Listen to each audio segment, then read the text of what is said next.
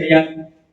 అలాంటి వాళ్ళకి తెలియనటువంటి సమాజాన్ని ఇంకా తెలియపరిచి ఇంకా తెలివి జ్ఞానం నేర్పి అంబేద్కర్ ఐడియాలజీలో పనిచేయాలి, పూలి ఐడియాలజీ పనిచేయాలి అనేటువంటి తపన ఏదైతే ఉందో ఈ వయసులో కూడా ఆనాడు త్యాగంతో వాళ్ళు తీసుకున్న నిర్ణయమే, వాళ్ళు ఆ రోజు నిర్ణయించుకున్న నిర్ణయమే ఈ రోజు వాళ్ళని నిలబెడుతూ మనల్ని నిలబెట్టాలని వాళ్ళు ఆశపడుతున్నారని అనడానికి వాళ్ళకి ఏమిచ్చి రుణం తీర్చుకోలేము. కాబట్టి అలా సుబ్బారావు సార్ని మేము చూస్తున్నాము. ఆయన పదవిలో ఉన్నప్పుడు మేము వెళ్ళాము. ముల్లపల్లి దయానందరావు గారి ద్వారా వెళ్తే ఆయన డ్యూటీని కూడా పక్కన పెట్టి మాతో మాట్లాడారు. ఎందుకు వచ్చారు, మన వాళ్ళు ఏం పని మీద వచ్చారు, వీళ్ళకి ఏం కావాలి అని చెప్పండి ఏంటి మరి అని చెప్పి మాట్లాడి ఆ రూపకంగా డ్యూటీని కూడా పక్కకెట్టి మరి ఆ విధంగా మనం ఆదరించినటువంటి గొప్ప వ్యక్తి సుబ్బారావు సార్. ఆయన ఈరోజు కూడా ఇక్కడికి విజయవాడ అక్కడ పదవులు ఉన్నప్పటికీ, బిజీ ఉన్నప్పటికీ ఆయన ఇక్కడికి ఈరోజు మన కోసం వచ్చాడు.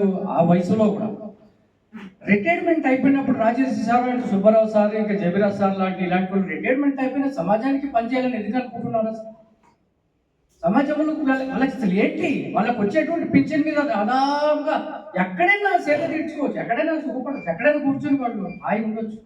కానీ సమాజానికి అంబేద్కరిజంలో, అంబేద్కర్ ఐడియాలజీలో అంబేద్కర్ యొక్క భావాలను ఉంపుచ్చుకొని వాళ్ళు నేర్చుకున్న విధానం, వాళ్ళు చెయ్యాలనే తపన, వాళ్ళు కూలిన దీక్ష, వారు నిర్ణయించుకున్న నిర్ణయం, వారి అనుకున్న రక్తములో కరడగట్టినటువంటి ఒక భావాలు నిర్మించుకున్నారు. కాబట్టి ఈరోజు ఇంకా వయసు మళ్ళినా కూడా సమాజానికి ఏదో చేయాలని తారసపడుతున్నాం.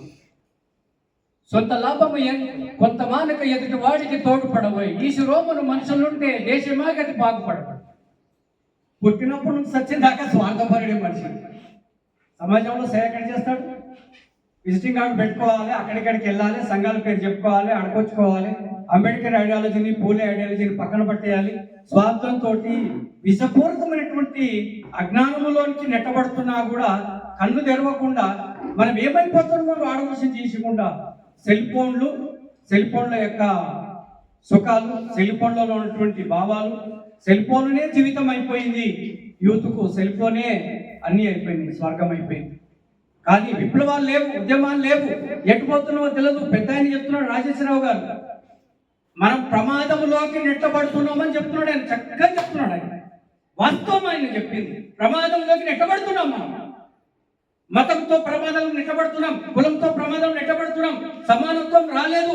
అంబేద్కర్ ఐడియాలజీతో కొంతమంది పనిచేస్తున్నారు, స్వార్థపరులు ఎక్కువయ్యారు. కాబట్టి సమాజంలో పని చేయకుండా ఉండి సోమర్థంగా మారుతున్నటువంటి సమాజాన్ని తట్టి లేపడం ఎవరి తరం అవుతుంది అనేది బాధకరమైనటువంటి చెప్పుకోవచ్చు మనం.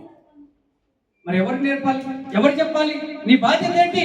నువ్వు వచ్చావు, నువ్వు పుట్టావు, ఎస్సీ ఎస్టీగా బీసీగా నువ్వు పుట్టావు. నీకు ఇవాళ తెల్ల చొక్క వచ్చిందంటే ఎవరు పుణ్యం? జ్ఞానం వచ్చిందంటే ఎవరు పుణ్యం? జ్ఞానంలో బతుకుతున్నా అంటే ఎవరు పుణ్యం? సమాజంలో ఉన్నా అంటే ఎవరు పుణ్యం? సమాజంలో నీకు విలువ ఉందంటే ఎవరు పుణ్యం? నీకు 4 అక్షరాలు వచ్చినాయంటే ఎవరు పుణ్యం? నువ్వు చేస్తున్నదేంటి? నీకు సమాజంలో బాధ్యత లేదా? సమాజంలో నువ్వు చేయాలనుకోవట్లేదా? సమాజంలో చేయాలని తప్పని నీకు రావట్లేదా? నీరుగారిపోయావా? చావదచ్చిపోయావా? చేయాలని తప్పన నీలో ఎందుకు లేదు అని చెప్పి నీకు నువ్వే ప్రశ్న వేసుకోవాలి. నీవు కొంత చేసి పైన వాళ్ళు చేసిపోయారు సమాజానికి. రాజేశ్వరరావు సార్ చెప్తా ఉన్నాడు, ఏమంటున్నాడే, భాగ్యరెడ్డి వర్మ గారు హైదరాబాద్కు పనిచేశారు. మన కులంలో మన జాతిలో పుట్టిన భాగ్యరెడ్డి వర్మ గొప్ప చరిత్ర హైదరాబాద్లో.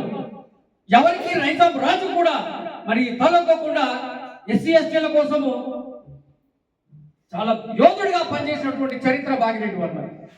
ఆయన ఆశయాలు ఎటుపోయినాయి, కనుమరుగు ఎందుకు అవుతున్నాయి?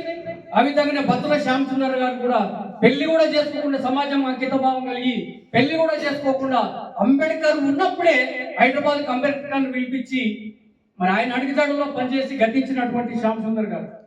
ఆయన కూడా ఆయనను అణచివేశారు, ఆయన ఉద్యమాన్ని అణచివేశారు. ఆయన భారతీయ భీమసేన అనేటువంటి సంస్థను ఏర్పాటు చేశాడు. ఆయన దాన్ని కనుమరుగు కాకుండా అది కనుమరుగు అయిపోయింది. ఎవరు ఎందులో పనిచేయట్లేదు. ఆ విధంగానే మన పెద్ద ఆయన అన్నట్టుగా నాగయ్య గారు బ్రహ్మాండంగా జబిరాజ్ కంటే ముందు తరం. మరి నాగయ్య గారు మొట్టమొదటి యోధుడుగా ఆయన బాధ్యత కలిగినటువంటి సమాజం కోసం పనిచేసినటువంటి ఇలా ఆశయాలన్నీ ఎవరు చూస్తున్నారు? ఎందుకు మరి మర్చిపోతున్నారు? ఎందుకు ముందుకు తీసుకెళ్ళలేకపోతున్నాం? దాని తర్వాత జబిరాజ్ గారు, మా గురువు గారు, జబిరాజ్ గారి శిష్యుని నేను. ప్రాణాలకు తెగిడిచి ఇప్పుడు పెళ్లి చేసుకున్నాను. అప్పుడు బ్యాచులర్గా ఉన్నప్పుడు నేను చంపాలని